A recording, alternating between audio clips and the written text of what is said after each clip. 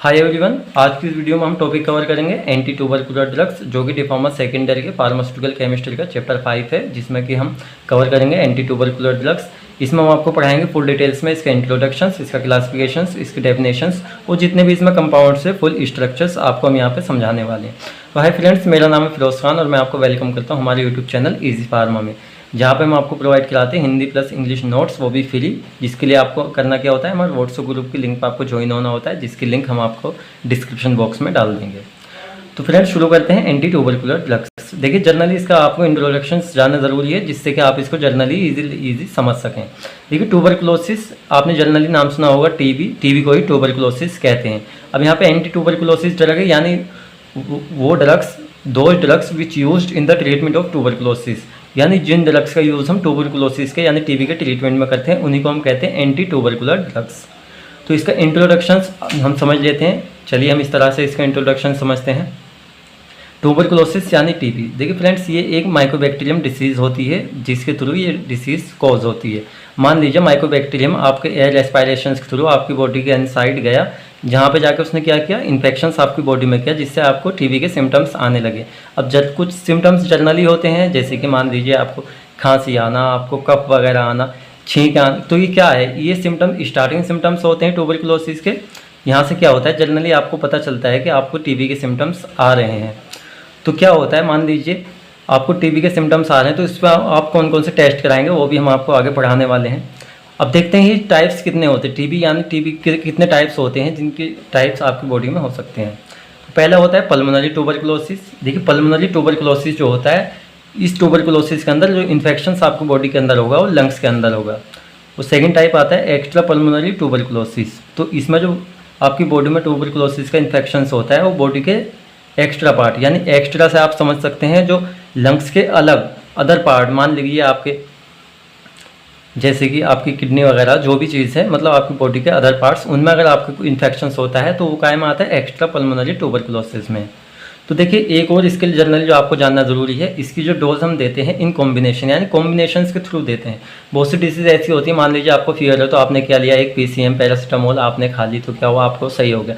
लेकिन ट्यूबरकुलोसिस में जनरली ऐसा नहीं होता है, क्योंकि इसके लिए आपको क्या करना होता है, इन कॉम्बिनेशन, यानी कॉम्बिनेशंस के अकॉर्डिंग ही आपको ड्रग्स लेनी होती हैं। और एक जो इसमें मेन चीज़ होती है, देखिए, यानी रेगुलर ट्रीटमेंट। इसका जो ट्रीटमेंट होता है आपको बिल्कुल रेगुलर करना होता है। ऐसा नहीं है आपने 2 दिन खाया और उसको रोक दिया।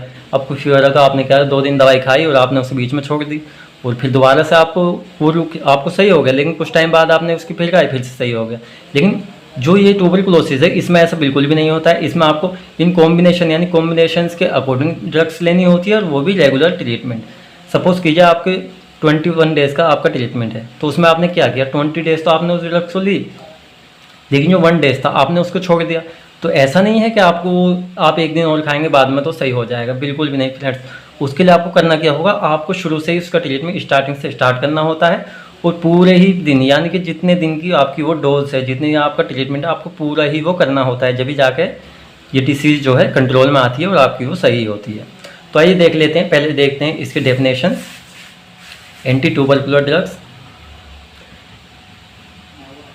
ट्यूबरकुलोसिस यानी TB is an infected disease. तो ट्यूबरकुलोसिस एक इन्फेक्शन डिसीज होती है, caused by various species of mycobacteria, यानी माइकोबैक्टीरिया की वेरियस स्पीशीज होती है, सच एज, जैसे कि हम देख सकते हैं M tuberculosis, M bovis. It spread by droplets which get delivered from the patients of pulmonary और लेरिंगल। देखिए, जो होता है यानी कि स्प्रेड यानी जो फैलती है, मान लीजिए कोई इन्फेक्टेड पर्सन है और उसको, यानी आपने देखा होगा स्पूटम जो है, स्पूटम टेस्ट के थ्रू ही क्या होता है, मेनली जो देखा जाता है ट्यूबरकुलोसिस का पता लगता है। तो इसको स्पूटम में जो माइकोबैक्टीरियम्स होते हैं, अगर वो आप उसके कांटेक्ट में आते हैं तो उसके जो माउथ से निकले हुए बैक्टीरियाज होते हैं कहाँ पे, वो एयर में फैलते हैं। और आप उसके अगर कांटेक्ट में आते हो एयर रेस्पायरेशंस के थ्रू, जो आपने एयर अपनी अंदर ली, तो उसमें अगर प्रेजेंट वो बैक्टीरिया हैं, माइकोबैक्टीरिया आपकी बॉडी के इनसाइड जाएंगे और आपको भी इन्फेक्शन वहाँ पे कॉज कर सकते हैं। तो इसलिए जो टीबी वाले पेशेंट्स होते हैं उनसे आप दूरी बना कर रखें। तो इसमें यही देखा जाता है। और देखिए, यहाँ पे पल्मोनरी ट्यूबरकुलोसिस यानी जिसका इन्फेक्शन आपके लंग्स के अंदर होता है, उसी को पल्मोनरी ट्यूबरकुलोसिस कहते हैं। तो इसमें क्या हो सकता है, आपको ड्राइंग यानी आपका गला सूख सकता है, आपको खांसी वगैरह हो सकती है, आपको कफिंग हो सकती है, आपको बोलने में भी दिक्कत हो सकती है। तो देखिए फ्रेंड्स, यहाँ पे हमने इसकी डेफिनेशन हिंदी प्लस इंग्लिश में भी लिखी हुई है और यहाँ पे इंग्लिश में भी लिखी हुई है। तो आप अपनी इच्छा के अकॉर्डिंग जैसा आपको लगे आप इसको अच्छे से पढ़ सकते हैं। तो जो BTOP बोर्ड वाले बच्चे होते हैं वो बिल्कुल इसको लिख सकते हैं, हिंदी प्लस इंग्लिश में उनकी बोर्ड की तरफ से उसकी मान्यता है, तो उसके लिए आप इसमें लिख सकते हैं। आइए देख लेते हैं इसके सिम्टम्स, यानी कौन कौन से सिम्टम्स है जो नॉर्मली ट्यूबरकुलोसिस में देखे जाते हैं। देखिए पहला होता है लाइट कफ, यानी हल्का फीवर आपको महसूस होता है, लाइट कफिंग, आपको कफ आता है, लेजीनेस, आप बिल्कुल काम करने को उसमें जीव निकलता है, लॉस बॉडी वेट। देखिए जो लॉस बॉडी वेट है इसमें डिपेंड करता है, कुछ पेशेंट ऐसे होते हैं जिनका बॉडी वेट जो है वो लूज होता है, कुछ पेशेंट ऐसे होते हैं जिनकी बॉडी पर कोई भी इफेक्ट नहीं पड़ता है। ब्लीडिंग विथ कफ, देखिए इसका जो मेन एग्जांपल आप देख लीजिए, सुबह में आप जब मॉर्निंग में उठते हैं तो आप क्या करते हैं, आप उसको जब थूकते हैं तो उसमें हल्के जो ब्लड के स्पॉट्स आपको देखने को मिलते हैं। तो ऐसा आपके साथ अगर कभी हो रहा है तो समझ लीजिए आपको सिम्टम्स ट्यूबरकुलोसिस के आने लगे हैं। टेस्ट ऑफ ट्यूबरकुलोसिस, तो कौन कौन से टेस्ट है जिनके अकॉर्डिंग आप ट्यूबरकुलोसिस के टेस्ट करा सकते हैं। देखिए जो एक्सरे ऑफ लंग्स, जो आपका लंग्स का एक्सरे करके, लंग्स का एक्सरे क्यों किया जाता है, देखिए जो मैंने आपको बताया पल्मोनरी ट्यूबरकुलोसिस, यानी जो पल्मोनरी ट्यूबरकुलोसिस होती है उसका इन्फेक्शन जो होता है वो लंग्स में होता है, इसलिए एक्सरे जो होता है आपके लंग्स का एक्सरे के थ्रू उसका पता लगाया जा सकता है। दूसरा होता है स्पुटम टेस्ट, यानी आपका स्पुटम टेस्ट जो आपको कफ आता है उसके थ्रू भी आपका जो ट्यूबरकुलोसिस का टेस्ट है वो हो सकता है। ESR टेस्ट, जो आपका ESR है उसको भी जनरली आप टेस्ट करके ट्यूबरकुलोसिस का पता लगा सकते हैं। तो आइए देख लेते हैं इसका क्लासिफिकेशंस।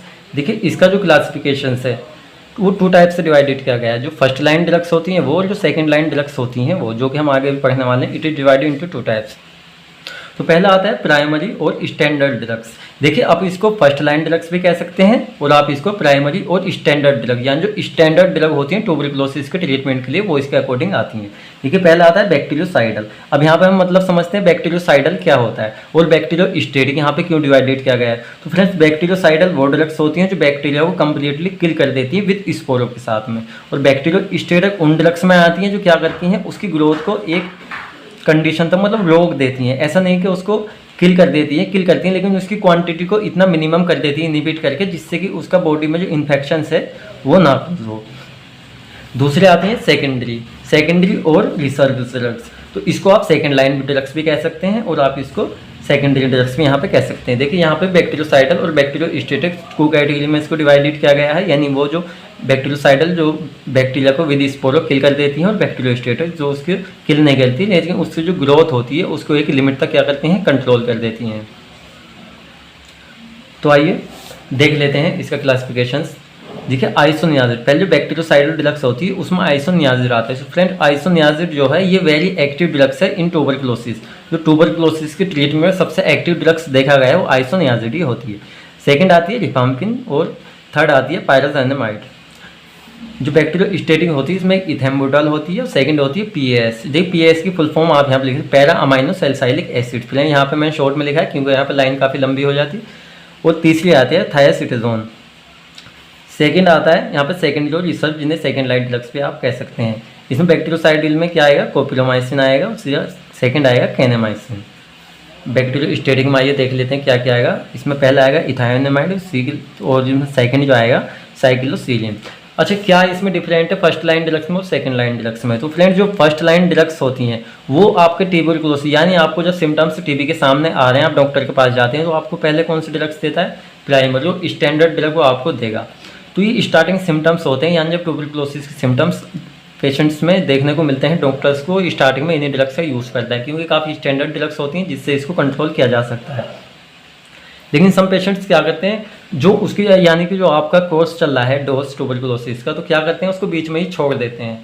अब आप बीच में छोड़ देते हैं ऐसा नहीं है। देखिए जो आपकी बॉडी होती है, यानी आपने किसी भी डिसीज़ में कोई ड्रग्स ली तो ऐसा है कि वो पहले जो करती है वो अपना मैक्सिमम इफेक्ट शो करती है, लेकिन आप उसको बीच में छोड़ देते हैं तो बॉडी क्या होती है, बॉडी ने पहले उस इफेक्ट को सहा है तो क्या होता है उसके लिए आपको हाई डोज में ड्रग्स लेनी होती है उसी इफेक्ट को लेने के लिए जो आपने पहले लो डोज में लिया था। तो उसके लिए क्या करते हैं हम सेकेंडरी ड्रग्स देते हैं। तो ये काफ़ी थोड़ा टॉक्सिक टाइप की होती हैं लेकिन ट्रीटमेंट में है तो उसमें चलानी पड़ती हैं। तो जो सेकंड लाइन ड्रग्स होती हैं वो आपको, यानी कि आपने ट्रीटमेंट बीच में ही छोड़ दिया है, मैंने आपको एग्जांपल दिया, यानी 21 डेज़ का आपका ट्रीटमेंट हो, आपने 20 डेज ही किया, 1 डे आपको छोड़ दिया, आप सेकंड उसको फिर दोबारा से स्टार्ट कर रहे हैं तो उसके लिए क्या है सेकंड, यानी जो सेकंड लाइन की ड्रग्स होती हैं उसका यूज़ आप वहाँ पे करते हैं। तो आइए देख लेते हैं इसके कंपाउंड्स। देखिए फ्रेंड्स, जो इसके कंपाउंड्स यानी इसके जो स्टार मार्क वाले कंपाउंड हैं आपको सिर्फ वही पढ़ने होते हैं, बाकी एग्जाम के पॉइंट ऑफ व्यू पे आप इंपॉर्टेंट नहीं है। लेकिन जो देखा जाए तो मतलब एग्जाम के पॉइंट ऑफ व्यू से आपके सिर्फ स्टार मार्क वाले कंपाउंड्स ही आपके एग्जाम्स में आते हैं। तो पहला जो होता है वो होता है आइसोनियाजिड, सेकंड आप इसमें पढ़ेंगे पैरामाइनो सैलिसाइलिक एसिड जिसकी शॉर्ट फॉर्म PAS है, थर्ड आता है यहाँ पे इथेम्बुटोल, और हम यहाँ पे फोर्थ पढ़ने वाले हैं पायरोजानिमाइड।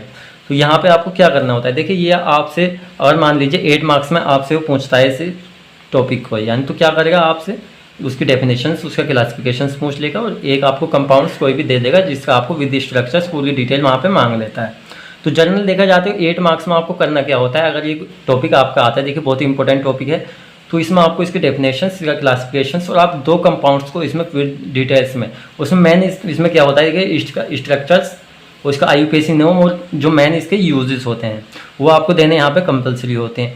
और पर्टिकुलर आपसे पूछता है तो इसमें से आपसे क्या पूछता है, एक कंपाउंड से पूछ सकता है 4 मार्क्स में, जिसमें का आपको इसकी फुल डिटेल्स यहाँ पे देनी होगी जो हम यहाँ पे इस पढ़ने जा रहे हैं। क्योंकि पहला आता है यहाँ पे आइसोनियाजिड। तो आइसोनियाजिड का जो मोलिकुलर फार्मूला होता है वो होता है C6H7N3O। तो आपको अगर मोलिकुलर फार्मूला याद है तो ही आप इसके हेडिंग डालें लिखें, और वरना आप इसको ना भी लिखेंगे चल जाएगा, लेकिन आपको याद है और आप इंप्रेशन डालना चाहते हैं एग्जामिनर पे तो आप इसको ज़रूर लिखें। स्ट्रक्चर फार्मूला, देखिए इसको स्ट्रक्चर फार्मूला होता है, ये बहुत ही इजी है। देखिए फ्रेंड्स, जो स्ट्रक्चर फार्मूला है ये सभी बच्चों को नहीं आता है, बहुत हार्ड लगता है, लेकिन आपको क्या करना है, इसको ईजिली समझना है जिससे कि आप इसको अच्छे से लिख सकें। तो देखिए क्या करना है, आपको पहले जाके सीधा से एक बेंजीन रिंग आपको बना देनी है। तो बेंजीन रिंग बना के आपको क्या करना है, कुछ भी नहीं, यहाँ पे आपको N लगाना है और यहाँ पे आप, या यहाँ पे भी आप इसको लगा सकते हो और यहाँ पे भी CONH2। जनरली आप इसको, इसमें आप बॉन्डिंग लगाना ना भूले, विदाउट बॉन्डिंग आपकी जो रिंग है आप ये कंप्लीट नहीं मान जाती है। तो इतना आपको करना है। तो ये बहुत ही इजी है। देखिए आप इसकी नंबरिंग कहाँ से, आप इसकी नंबरिंग यहाँ से भी शुरू कर सकते हैं। तो नंबरिंग आपकी शुरू यहाँ पे शुरू करेंगे तो आप इसके देखिए 2 ऑप्शंस आपको यहाँ पे दिए गए हैं। तो पहले क्या है, जो पायरिडिन 4 कार्बोहाइड्रेजाइड, आप इसको भी लिख सकते हैं, वरना इजीली आपको IUPAC में कोई भी अगर प्रॉब्लम है तो आप इसका नाम आइसोनिकोटिनिल हाइड्रोजाइन, ये भी आप यहाँ पे इसको लिख सकते हैं। दोनों ही यहाँ पे आपके करेक्ट मान जाएंगे, किसी में भी आपके मार्क्स नहीं कटने वाले हैं। अच्छा, इसकी स्टोरेज देख लेते हैं फ्रेंड्स। स्टोरेज क्या होती है, देखिए स्टोरेज वो होती है जितने टेम्परेचर पर आप किसी भी ड्रग्स को रख सकते हैं मेंटेन, यानी कि उसकी जो क्वालिटी है उसको बरकरार रखने के लिए आप उसको कितने टेम्परेचर पर रखें जिससे कि वो ख़राब ना हो। तो it is stored in well closed container, आप इसको क्या करेंगे, एक वेल क्लोज्ड कंटेनर्स के अंदर ही हम इन ड्रग्स को रखते हैं, क्योंकि एयर के प्रेजेंट मान से ये ख़राब हो सकती हैं, इसलिए इनको इनक्लोज्ड उसके रखते हैं। आइए देख लेते हैं ब्रांड नेम, यानी कि क्या ब्रांड नेम होगा आइसोनियाजिड का। देखिए ब्रांड नेम, मार्केट में ब्रांड नेम कहते हैं जिस प्रोडक्ट, यानी जो प्रोडक्ट जिस नाम से मार्केट में अवेलेबल है उसी को कहते हैं हम ब्रांड नेम। तो पहला जो इसका ब्रांड नेम है वो है नाइट्रिजिड, तीसरा इसका, और सेकंड इसका आता है रिफेटर, और थर्ड आता है इसका रिफेमेड। देखिए जो ब्रांड नेम है इसके और भी है, लेकिन आप जनरली इतने को लिख के आप इसमें 1 या 2 लिखते हैं तो भी वहाँ पे वो चल जाता है। सेकंड देखिए इसके ये फिजिकल प्रॉपर्टी यानी कि जिस शेप, साइज, कलर टेस्ट में मार्केट में अवेलेबल होता है कंपाउंड्स। देखिए पहला आता है कलर, यानी कलरलेस और वाइट दोनों होते हैं। और सेकंड आता है ऑर्डर, कैसा होता है इसका, ऑर्डरलेस होता है। इसका टेस्ट जो होता है वो बिटर होता है। इसका मेल्टिंग पॉइंट यहाँ 171 टू 172 डिग्री सेंटीग्रेड यहाँ पे होता है, और ये सोल्यूबल वाटर में सोल्यूबल होता है। ठीक है, ऑफिशियल नेम देख लेते हैं फ्रेंड्स। ऑफिशियल नेम का मीन्स होता है यानी कि इसको कौन सी कंट्री की फार्माकोपिया इसको प्रिपेयर करती है। देखिए इसका पहले आइसोनियाजिड IP, यानी जो इंडियन फार्माकोपिया उसके थ्रू भी ये ड्रग्स को प्रिपेयर किया जाता है। सेकंड आती है आइसोनियाजिड BP यानी ब्रिटिश फार्माकोपिया, और USP यानी यूनाइटेड स्टेट फार्माकोपिया। तो तीनों ही यूनाइटेड स्टेट यानी कि फार्माकोपिया है, इंडियन, ब्रिटिश और यूनाइटेड स्टेट, तीनों ही फार्माकोपिया के द्वारा क्या ड्रग्स किया जाता है, प्रोडक्शन किया जाता है, यानी प्रिपेयर किया जाता है। आइए देख लेते हैं इसके थेरेपेटिक यूजेस, यानी कौन कौन से यूजेस हैं जिसमें ये यूज़ किया जाता है। फ्रेंड्स इसके यूजेस, मान लीजिए कोई भी कंपाउंड्स आपको ट्यूबरकुलोसिस आप ड्रग्स लिख रहे हैं, कोई भी कंपाउंड्स आता है तो ईजिली आप इसमें लिख सकते हैं, क्योंकि आप इसको यूज़ तो ट्यूबरकुलोसिस के अंदर ही कर रहे हैं ना, तो इसका पहले जो यूज़ हो जाता है वो बहुत ही जनरली आप इसकी सारी ही जो इसके कंपाउंड है उसमें दे सकते हैं। It is used in the treatment of tuberculosis, यानी जो इसका जो यूज किया जाता है वो ट्यूबरकुलोसिस डिसीज़ के अंदर किया जाता है। जनरली हो गया यूज इन बैक्टीरियल इन्फेक्शंस। तो ट्यूबरकुलोसिस क्या है, माइक्रोबैक्टीरियम इन्फेक्टिव डिसीज़ है। तो जाहिर सी बात है जो जिस डिसीज़ में हम माइक्रोबैक्टीरियम को यूज़ करने के लिए जो ड्रग्स का यूज़ कर रहे हैं तो उसके अगेंस्ट ही वर्क करेगी। तो इसका यूज़ किया जाता है बैक्टीरियल इन्फेक्शंस में भी इसका यूज़ करते हैं। थर्ड आता है आइसोनियाजिक इंजेक्शन। देखिए आइसोनियाजिस का इंजेक्शन भी आता है United state, it is used in tuberculosis, tuberculosis के अंदर इसका जनरली हम यूज़ करते हैं। इसके साइड इफेक्ट देखिए फ्रेंड्स, जो जितनी भी ड्रग्स होती हैं कुछ ना कुछ उसके कॉमन साइड इफेक्ट आपको देखने को मिलते हैं, जैसे कि जनरली आप देखते हैं वॉमिटिंग, यानी ओरल ड्रग्स आप अगर ले रहे हैं तो उसके जनरल साइड इफेक्ट आपको वॉमिटिंग कॉज हो ही सकती है। नोजिया यानी आपको घबराहट वगैरह जो भी है, दिल मचलाना आपको उससे होती है। पेन, देखिए पेन जो होता है वो इंट्रामस्कुलर ड्रग्स जो होती है, जितनी भी आप पैरेंटल ड्रग्स लेते हैं उन सभी से आपको पेन कॉज हो सकता है। तो आइए देख लेते हैं, यहाँ पे हम इसका दूसरा कंपाउंड्स देख लेते हैं। सेकंड इसका कंपाउंड आता है पायराजाइनामाइड। तो पायराजाइनामाइड में इसका मॉलिक्यूलर फार्मूला हम देखेंगे। देखिए फ्रेंड्स, इसका मॉलिक्यूलर फार्मूला होता है C5H5N3O, इसका मॉलिक्यूलर फार्मूला होता है। सेकंड आता है इसका स्ट्रक्चरल फार्मूला। तो स्ट्रक्चरल फार्मूला में आपको क्या करना होता है, एक बेंजीन रिंग बनानी होती है जिसमें आपको नाइट्रोजन एक इसके ऊपर लगाना होता है, एक नीचे, और आपको CONH2 यहाँ पर कार्बन मोनोऑक्साइड और मिथाइल और इसका जो अमाइनो ग्रुप है वो आपको इसमें ज्वाइन करना होता है। तो आपको सिंपली करना क्या होता है, मान लीजिए आपको एक बेंजीन रिंग बनानी है, आपने एक बेंजीन रिंग बनाई और आपने इसकी बॉन्डिंग की, यहाँ पे हमने इसको N लगाया यहाँ पे, यानी कि N जिसको आप नाइट्रोजन कह सकते हैं, और यहाँ पे आपने क्या है कार्बन मोनोऑक्साइड और यहाँ पे आपने एक अमाइनो ग्रुप लगा दिया। तो ये क्या बन जाता है यहाँ पे, ये बन जाता है यहाँ पे पायराजाइनामाइड का स्ट्रक्चर्स।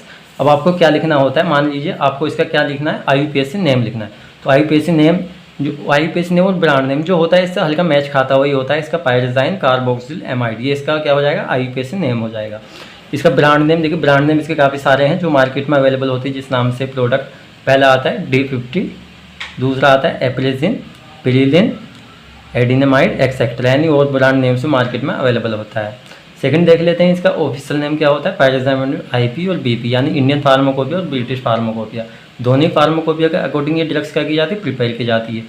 वो थर्ड आता है, इसका सेकंड आता है पायराजाइनामाइड टेबलेट, यानी टेबलेट के फॉर्म में भी अवेलेबल होता है, जिसमें कि British pharmacopoeia, United state pharmacopoeia और IP फार्माकोपिया, यानी इंडियन फार्माकोपिया, तीनों ही फार्माकोपिया का अकॉर्डिंग इस ड्रग्स को क्या किया जाता है, यहाँ पर प्रिपेयर किया जाता है। देख लेते हैं इसकी फिजिकल प्रॉपर्टीज़ क्या होती हैं। फिजिकल प्रॉपर्टीज़ में पहला कलर आता है, वाइट कलर का होता है, ऑर्डर या ऑर्डरलेस होता है, टेस्ट यानी ये बिटर होता है। मेल्टिंग पॉइंट देख लें इसका क्या होता है, 189 से 191 डिग्री सेंटीग्रेड तक होता है। अब देख लेते हैं सोल्यूबल कौन कौन सी ड्रग्स हैं जिनमें हो सकता है। पहला आता है क्लोरोफॉर्म में सोल्यूबल होता है, दूसरा मिथाइलिन, और ये अदर ड्रग्स में क्या होता है, यहाँ पे सोल्यूबल होता है। आइए देख लेते हैं स्टोरेज कंडीशन इसकी क्या क्या होती है, यानी इसको कितने टेम्परेचर पर रखा जाए, स्टोर किया जाए, जिससे इसकी जो क्वालिटी है वो बरकरार रहे। It is stored in well closed container. ये कुछ कॉमनली चीज़ें मैं आपको बता देता हूँ। आपको अगर स्टोरेज किसी में भी लिखनी है तो आप 2 पॉइंट जो आप लिख सकते हैं और कोई भी उस पर आपके नंबर नहीं काटता है, जैसे कि it is stored in well closed container, या आप यहाँ पे लिख सकते हैं it is stored in air tight container, यानी एयर टाइट के अंदर वेल क्लोज्ड कंटेनर। दोनों ही पॉइंट आप सब ड्रग्स में लिख सकते हैं, कॉमनली जो यूज़ होते हैं, इसमें आपके मार्क्स नहीं कटते हैं। इसके साइड इफेक्ट देख लेते हैं। देखिए पहला साइड इफेक्ट वॉमिटिंग आता है, जो जनरली होता है। लीवर डैमेज, लीवर को डैमेज कर सकता है। जो फर्स्ट लाइन ड्रग्स होती हैं ट्यूबरकुलोसिस की, वो कम इफेक्ट डालती हैं लीवर पे, लेकिन जो सेकंड लाइन ड्रग्स, यानी कि आपने बीच में ट्रीटमेंट छोड़ दिया, आप दोबारा से स्टार्ट कर रहे हैं, तो ज़्यादा इफेक्ट डालती हैं आपके लीवर पे। तीसरा, इसका फीवर हो सकता है और वीकनेस आपकी बॉडी में देखने को मिल सकती है। थेराप्यूटिक यूजेस के हम देख लेते हैं। It is used in the treatment of tuberculosis. ये तो जनरल यूज़ आप जानते हैं, kill the bacteria in body. जो बॉडी के अंदर आपकी बैक्टीरिया, यानी लंग्स के अंदर भी वो बैक्टीरिया आपके हो सकते हैं, या अदर पार्ट्स में एक्स्ट्रा पल्मोनरी ट्यूबरकुलोसिस जो अदर पार्ट्स में आपको बॉडी के देखने को मिल सकती है। Kill the bacteria in body, यानी कि बॉडी के अंदर जो बैक्टीरिया, यानी आपके एक्स्ट्रा पल्मोनरी ट्यूबरकुलोसिस और पल्मोनरी ट्यूबरकुलोसिस होती हैं, तो दोनों में बैक्टीरिया इन्फेक्शन होता है, क्या करता है, उनको किल करता है। It is use as a antibiotic. ठीक है, एंटीबायोटिक की तरह ही क्या होता है, यूज़ किया जाता है इसमें, यानी कि जो सम ड्रग्स हैं वो एंटीबायोटिक की तरह यूज़ की जाती हैं और सामने। तो आइए देख लेते हैं इसमें हमारा लास्ट कंपाउंड क्या बचा है। तो लास्ट बचा है इसमें PAS, यानी पैरा अमाइनो सैलिसाइलिक एसिड, जो इसकी फुल फॉर्म है। तो इसमें देख लेते हैं हम। ठीक है, पहला है इसका मॉलिक्यूलर फार्मूला। तो इसका मॉलिक्यूलर फार्मूला होता है C7H7NO3। उसका स्ट्रक्चर फार्मूला हम यहाँ पे इसमें देखेंगे। देखिए जो इसका स्ट्रक्चर फार्मूला होता है, इसमें आपको क्या करना है, बेंजीन रिंग बनानी है, इसमें हाइड्रोक्सी ग्रुप और अमाइनो ग्रुप, बेंजो ग्रुप आपको यहाँ पे लगाना है।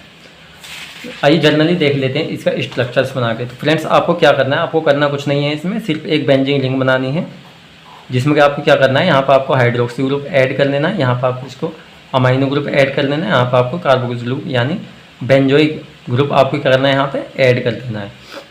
आप यहाँ पे इसकी बॉन्डिंग करेंगे और देखिए इसका जो नाम है, ईजिली जो इसका नाम यहाँ पे होगा, यानी पैरा अमाइनो सैलिसाइलिक एसिड, जिसका आपने क्या बनाया, यहाँ पे स्ट्रक्चर्स बनाया। लेकिन आप इसको क्या करना, IUPAC नेम, देखिए IUPAC नेम आप इसका सीधा यानी कि नॉर्मली क्या कर सकते हैं, देखिए यानी कि जो आपके यहाँ पे रिंग आप काउंटिंग यहाँ से भी कर सकते हैं, यानी कि आप यहाँ से भी कर सकते हैं काउंटिंग और यहाँ से भी कर सकते हैं, और आप यहाँ से भी इसके कर सकते हैं। क्या होगा, यहाँ पे आप करेंगे इसका नाम चेंज हो जाएगा। तो आप मान लीजिए आप कहाँ से, यहाँ से इसकी काउंटिंग करते हैं, यानी कि 1 2 3 4 5 6, तो 6 आएगा यहाँ पे, तो 1 2 3 4, यानी यहाँ पे क्या आ जाता है आपका 4 आ जाता है। तो आपने यहाँ पे क्या लिखा हुआ है, 4 अमाइनो, यहाँ की 4 पर अमाइनो ग्रुप लगा हुआ है, तो 4 अमाइनो 2 हाइड्रोक्सी, यहाँ पे सेकंड पे क्या लगा हुआ है, हाइड्रोक्सी ग्रुप लगा हुआ है। काउंटिंग आई कर लेते हैं, 1 2 3 4 5, यानी 1 2 3 4 5 6, यानी कि आपने क्या की, आपने इसकी नंबरिंग की है। तो यहाँ पे क्या लगा है, 4 पे लगा है अमाइनो, 2 पे हाइड्रोक्सी ग्रुप लगा है, और यहाँ पे जो आपका फर्स्ट पे यानी बेंजोइक एसिड, बाकी ये बचता है क्योंकि आपके यहाँ पे IUPAC नेम क्या हो जाता है, 4 अमाइनो 2 हाइड्रोक्सी बेंजोइक एसिड। तो यहाँ पे इसका IUPAC नेम हो जाता है, जिसको आप केमिकल नेम भी लिख सकते हैं। इसका सेकंड ये क्या आता है, ब्रांड नेम आता है, जिसमें कि ब्रांड नेम काफ़ी सारे हैं इसके, पैरासोल, प्रोपोसा, अमाइनोपस और अमाइनोक्स एक्सेट्रा ब्रांड नेम इसके होते हैं। स्टोरेज कंडीशंस जनरली आप इसको लिखे, it is stored in airtight container. और फिजिकल प्रॉपर्टीज़ इसकी देख लेते हैं। इसका कलर जो होता है वाइट होता है, इसका ऑर्डर जो होता है ऑर्डरलेस होता है, मेल्टिंग पॉइंट इसका 189 से 185 तक होता है। ये वाटर में सोल्यूबल होता है, इनसोल्यूबल होता है, बेंजीन और एल्कोहल में क्या होता है, इनसोल्यूबल होता है। ठीक है, ऑफिशियल नेम क्या होता है, पैरामाइन साइलिसिलिक एसिड IP, ब्रिटिश फार्माकोपी और यूनाइटेड स्टेट फार्माकोपी, तीनों के थ्रू क्या किया जाता है, इसको प्रिपेयर किया जाता है। आइए इसके देख लेते हैं, लास्ट में इसके यूजेस देख लेते हैं। It is used in the treatments of tuberculosis, tuberculosis में यूज़ किया जाता है। Kill the bacterial, less body weight, it is used as a drug. देखिए ड्रग्स तो हैं ही सारी, तो ड्रग्स की तरह से यूज़ की ही जाएंगी। तो फ्रेंड्स आई होप आपको ये लेक्चर पसंद आया हो। आपको ये वीडियो अगर पसंद आई तो इसको लाइक, शेयर और कमेंट्स भी कीजिए। इसको अपने फ्रेंड्स के साथ कीजिए शेयर, जिससे कि उनको भी इस चीज़ का बेनिफिट्स हो सके, और चैनल को सब्सक्राइब करके बेल आइकन का बटन दबाना ना भूलें। तो आपसे मिल गए हैं नेक्स्ट वीडियो में, जिसमें हम टॉपिक कवर करने वाले हैं एंटी लेप्रोटिक ड्रग्स।